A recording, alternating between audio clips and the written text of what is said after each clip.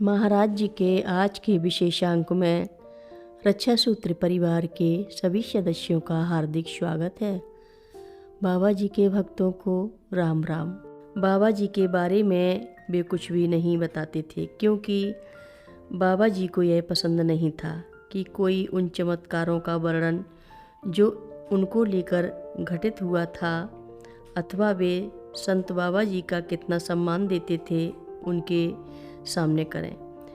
हीरालाल जी उन संतों के बारे में ही बातें करते थे जिनसे वे मिले थे, किंतु वे सभी बातें बाबा जी पर समान रूप से लागू होती थीं।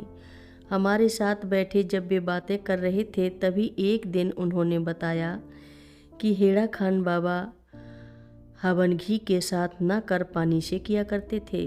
यही चमत्कार सोमवार गिरी बाबा जी ने भी किया था। एक बार जब भंडारा चल रहा था, घी खत्म हो गया, किंतु भोजन की प्रतीक्षा में बहुत बड़ी संख्या में लोग खड़े थे। अधिक पूरियां निकालनी आवश्यक थीं।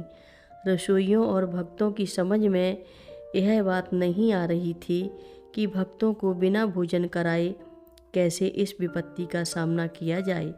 वे दौड़कर सोमवार गिरी बाबा जी के पास गए और अपनी समस्या उन्हें सुनाई। उन्होंने एक आदमी को बाजार भेजा, किंतु बाजार तो बहुत ही दूर था और यह बात सभी को मालूम थी कि बाजार से लौटने में पूरा दिन लग जाएगा।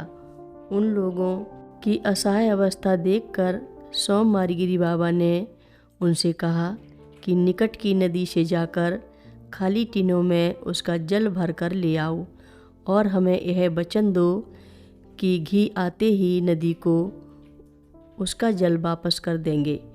लोग जब पानी भरने जा रहे थे, तब उनको यह विश्वास नहीं था कि पानी का कुछ उपयोग होगा, किंतु उन्होंने उनकी आज्ञा मान ली और जब टीन से कढ़ाई में पानी डाला गया तो उन्होंने प्रत्यक्ष देखा कि सारा पानी घी हो गया है। जब आदमी सायंकाल बाजार से घी खरीद कर वापस आया, तब बाबा जी ने उनसे कहा कि नदी से जो कुछ भी उधार लिया है उसे वापस कर दो। हीरालाल जी ने कहा, यह चमत्कार तो सोमवार गिरी बाबा जी ने लोगों के सामने किया था, किंतु हमारे बाबा जी ने तो ऐसा अनेक अवसरों पर इसे किया है, जिनमें से हनुमान घर पर किया गया। चमत्कार तो बहुत महत्वपूर्ण है जो उन्हें अच्छी प्रकार स्मरण था। उन्होंने कहा कि इस प्रकार के चमत्कार तो उन सन्यासियों के लिए सरल होते हैं जो समाज से अलग रहकर या कुछ गिने चुने लोगों से ही मिलते हैं और सदा गिरी गुफाओं में रहते हैं, किंतु हमारे बाबा जी जैसे लोगों के लिए जो सर्वदा सैकड़ों जनों के बीच में रहते हैं, बहुत कठिन है। एक भी चमत्कार प्रदर्शित हुआ नहीं कि लोगों की भीड़ जुट जाएगी, इसलिए उन्हें प्रत्येक संभव उपाय से बचना रहता था। किसी को बचाने में अथवा किसी को कष्ट से छुड़ाने में किया गया चमत्कार की बात खुलते ही वे उस स्थान का परित्याग उसके भले के लिए कर देते थे या उस आदमी से मिलना जुलना ही बंद कर देते थे। बाबा जी सदैव इस बात के लिए चौकन्ने रहते थे कि उनके चमत्कारों की बात कोई भी न करे। हीरालाल जी ने उनके बारे में बात न करना सीख लिया था।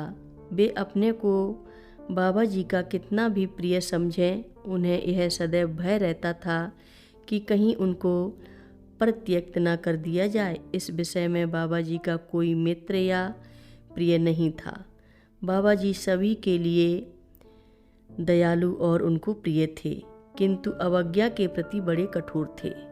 कथा लंबी है, आगे की कथा सभी भक्तों को अगले भाग में सुनाएंगे। हर रोज़ महाराज जी की कथाएं सुनने के लिए सभी भक्तों का धन्यवाद। सभी भक्त रक्षा सूत्र चैनल को सब्सक्राइब करें, शेयर करें और लाइक करें। घंटी बजाना ना भूलें। कमेंट बॉक्स में लिख भेजें, जय नीव करोरी बाबा जी महाराज।